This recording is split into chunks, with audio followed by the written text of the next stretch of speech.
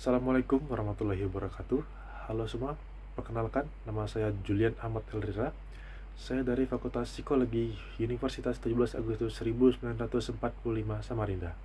Di sini saya akan berbicara tentang salah satu tokoh psikologi, yaitu Abraham Maslow. Abraham Maslow adalah teoretikus yang banyak memberi inspirasi dalam teori kepribadian. Ia juga seorang psikolog yang berasal dari Amerika dan menjadi seorang pelopor aliran psikologi humanistik. Ia terkenal dengan teorinya tentang hierarki kebutuhan manusia. Abraham Harold Maslow dilahirkan di Brooklyn, New York pada tanggal 1 April 1908. Maslow dibesarkan dalam keluarga Yahudi Rusia dengan orang tua yang tidak mengenyam pendidikan tinggi. Pada masa kecilnya, ia dikenal sebagai anak yang kurang berkembang dibanding anak lain sebayanya. Ia mengatakan bahwa dirinya adalah seorang anak Yahudi yang tumbuh dalam lingkungan yang mayoritas dihuni oleh non-Yahudi. Ia merasa terisolasi dan tidak bahagia pada masa itu.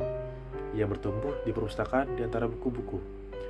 Ia awalnya kuliah hukum, namun pada akhirnya ia memilih untuk mempelajari psikologi dan lulus di Universitas Wisconsin. Pada saat ia berkuliah, ia menikah dengan sepupunya yang bernama Bertha pada bulan Desember 1928 dan bertemu dengan mentor utamanya, yaitu Profesor Henry Harlow. Ia memperoleh gelar Bachelor pada 1930, Master pada 1931, dan PhD pada 1934. Maslow kemudian memperdalam riset dan studinya di Universitas Columbia dan masih mendalami subjek yang sama. Di sana, ia bertemu dengan mentornya, yaitu Alfred Adler, salah satu kolega awal dari Sigmund Freud. Pada tahun 1937 sampai 1951, Maslow memperdalam ilmunya di Brooklyn College. Di New York, ia bertemu dengan dua mentor lainnya, yaitu Ruth Benedict, seorang antropologis, dan Max Wertheimer, seorang gestalt psikolog, yang ia kagumi secara profesional maupun personal. Kedua orang inilah yang kemudian menjadi perhatian Maslow dalam mendalami perilaku manusia, kesehatan mental, dan potensi manusia. Ia menulis dalam subjek ini dengan mendalam. Tulisannya banyak meminjam dari gagasan-gagasan psikologi. Namun, dengan pengembangan yang signifikan, penambahan tersebut khususnya mencakup hierarki kebutuhan, berbagai macam kebutuhan, aktualisasi diri seseorang, dan puncak dari pengalaman. Maslow menjadi pelopor aliran humanistik psikologi yang terbentuk pada sekitar tahun 1950 hingga 1960-an. Pada masa ini, ia dikenal sebagai kekuatan ketiga dari samping teori Freud dan behaviorisme. Maslow menjadi profesor di Universitas Brandeis dari 1951 hingga 1969 dan menjabat ketua departemen psikologi di sana selama 10 tahun. Disinilah ia bertemu dengan Kurt Goldstein yang memperkenalkan ide aktualisasi diri kepadanya dan mulai menulis karya-karya sendiri. Di sini ia juga mulai mengembangkan konsep psikologi humanistik. Ia menghabiskan masa pensiunnya di California, sampai akhirnya ia meninggal karena serangan jantung pada 8 Juni 1970. Kemudian, pada tahun 1967, Asosiasi Humanis Amerika menganugerahkan gelar Humanist of the Year. Maslow banyak berhubungan dengan intelektual-intelektual Eropa yang baru bermigrasi ke Amerika Serikat seperti Alfred Adler, Erich Fromm, dan Karen Horney pada tahun 1951. Maslow banyak berhubungan dengan intelektual-intelektual Eropa yang baru bermigrasi ke Amerika Serikat seperti Alfred Adler, Erich Fromm, dan Karen Horney. Pada tahun 1951, Maslow berjumpa dengan Kurt Goldstein, seseorang yang mengenalkannya kepada ide tentang aktualisasi diri yang menjadi bibit dari teori tentang hierarki kebutuhan. Pada periode ini pula, dia bersama beberapa psikologi lain seperti Carl Rogers memproklamirkan aliran ketiga, third force dari psikologi yang dikenal sebagai humanisme. Tidak cukup bermain-main dengan humanisme. Menjelang akhir hayatnya, Maslow mengenalkan lagi satu aliran yang berbasis pada filosofi dunia timur dan mempelajari hal-hal semacam meditasi, fenomena secara psikologi, dan kesadaran level tinggi. Maslow meninggal pada 8 Juni 1970 di California karena serangan jantung setelah Maslow meninggal pada 8 Juni 1970 di California karena serangan jantung setelah kesehatannya memburuk pada tahun-tahun terakhir hidupnya. Teori humanistik dan aktualisasi diri. Abraham Maslow dikenal sebagai pelopor aliran psikologi humanistik. Maslow percaya bahwa manusia tergerak untuk memahami dan menerima dirinya sebisa mungkin. Teorinya yang sangat terkenal sampai dengan hari ini adalah teori tentang hierarchy of needs atau hierarki kebutuhan. Kemudian, keluarganya dan pengalaman hidupnya memberi pengaruh atas gagasan psikologisnya. Setelah Perang Dunia Kedua, Maslow mempertanyakan bagaimana psikolog-psikolog sebelumnya tentang pikiran manusia. Walau tidak menyangkal sepenuhnya, namun ia memiliki gagasan sendiri untuk mengerti jalan pikir manusia. Dalam teori kebutuhan Maslow, ketika kebutuhan dasar manusia sudah terpenuhi, maka kebutuhan berikutnya menjadi dominan. Dari sudut pandang motivasi, teori tersebut mengatakan bahwa meskipun tidak ada kebutuhan yang benar-benar dipenuhi, sebuah kebutuhan yang pada dasarnya telah dipenuhi tidak memerlukan motivasi lagi. Psikologi humanis percaya bahwa setiap orang memiliki keinginan yang kuat untuk merealisasikan potensi-potensi dalam dirinya, untuk mencapai tingkat aktualisasi diri.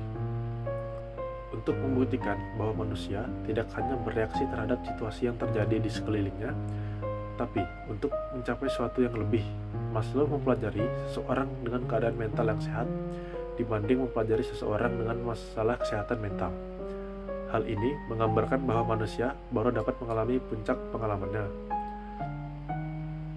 saat manusia tersebut selaras dengan dirinya maupun sekitarnya. Dalam pandangan Maslow, manusia yang mengaktualisasikan dirinya dapat memiliki banyak puncak dari pengalaman dibanding manusia yang kurang mengaktualisasi dirinya. Pada tahun 1970 dan 1971, hierarki kebutuhan yang dikemukakan oleh Maslow telah mengalami revisi. Pada tahun 1970, Maslow membagi kecenderungan perilaku manusia yang terdapat pada aktualisasi diri menjadi dua, yaitu kebutuhan kognitif dan kebutuhan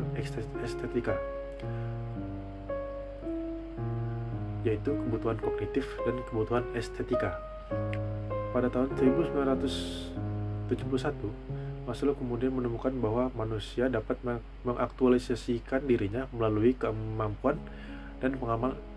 Pada tahun 1971, Maslow kemudian menemukan bahwa manusia dapat mengaktualisasikan dirinya melalui kemampuan dan pengalaman diri sendiri. Maslow menyebutkan bahwa kemampuan itu disebut sebagai kemampuan transendensi diri. Akan tetapi, Maslow tidak pernah memasukkan self-transcendence ke dalam hierarki kebutuhannya. Tetapi, peneliti penerus Maslow seperti Henry Gleitman, Alan Friedland, dan Daniel Risberg memasukkan self-transcendence sebagai hierarki paling tinggi dalam hierarki kebutuhan Maslow.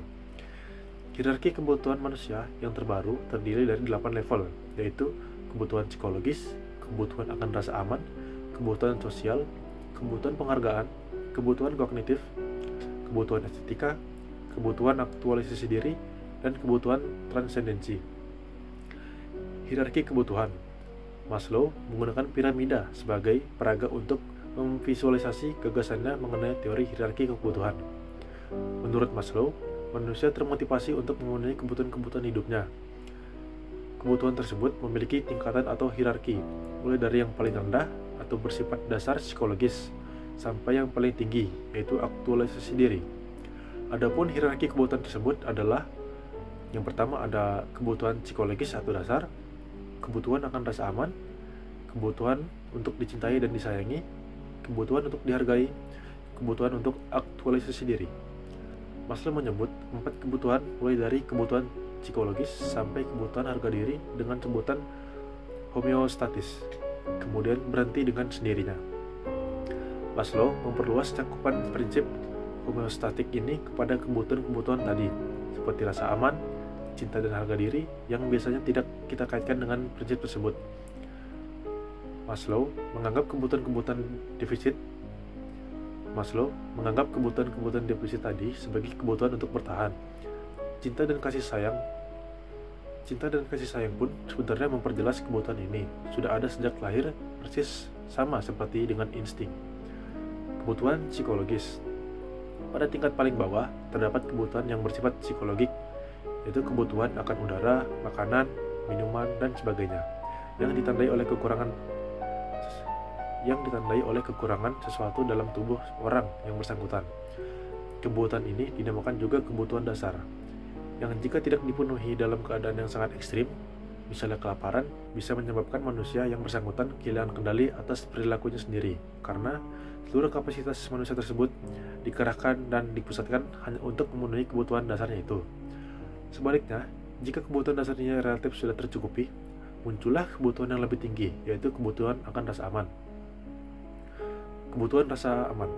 Jenis kebutuhan yang kedua ini berhubungan dengan jaminan keamanan, stabilitas, perlindungan, struktur, keteraturan, situasi yang bisa diperkirakan, bebas dari rasa takut, cemas, dan sebagainya.